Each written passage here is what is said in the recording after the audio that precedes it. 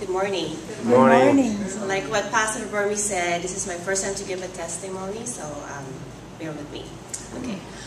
So I was born in a province in the northern part of the Philippines, which is Pangasinan, and I'm an only child. My parents were already attending the church back then, which was called Worldwide Church of God. And when I was born, I had a condition called clubfoot, in which my foot was pointed downward and then twisted inward, and it's basically shaped like a golf club, so that's why it was called clubfoot. And when not treated early and when not treated correctly, I'll be walking on the side of my foot, and which can be a permanent disability. Of course, my parents were very worried.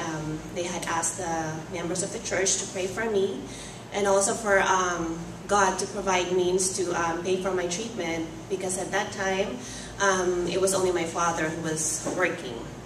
So God has answered that prayer, because some of my dad's relatives were able to help us financially, and we were able to move to Manila, which was the capital of the Philippines, so I could see an orthopedic specialist. So when the doctor saw me, he wanted to place my foot and my leg in a cast right away, because at that time the tendons and the ligaments of the foot are still very flexible, so it would respond to treatment very well. I was placed in several casts to slowly manipulate my foot to its correct position, and I think I was already 18 months when I first started to learn how to walk. But I had to wear a special shoe, like a steel shoe, to keep my foot in the right position. I had physical therapy, and then my parents were very patient with me. They were doing exercises with me until I was 4 years old. But now I'm able to walk normal. I didn't have to wear any special shoe, but I wasn't just good in any sports that involves running.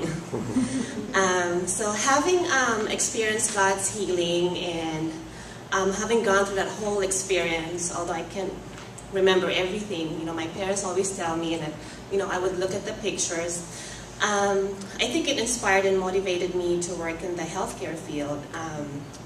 I work in a rehabilitation center in Glendora. I'm an occupational therapist, and what we do is we help people with conditions that are physically disabling, like stroke, or those who fractured their bones because of accidents and falls. We provide them with exercises or other meaningful activities to help them get stronger, so they can go home and they can perform their daily activities again. And for those who have permanent disabilities like spinal cord injuries, or those who had their legs amputated, we teach them techniques on how to compensate for that loss of function, and then we teach them how to use equipment so they can perform their daily tasks independently. I've been a therapist for 9 years and have both worked with children and the elderly, but I found it easier to work with the older population.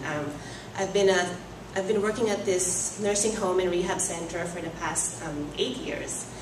And what I do is, before I start my day or before I start my treatment sessions, is I always pray to God.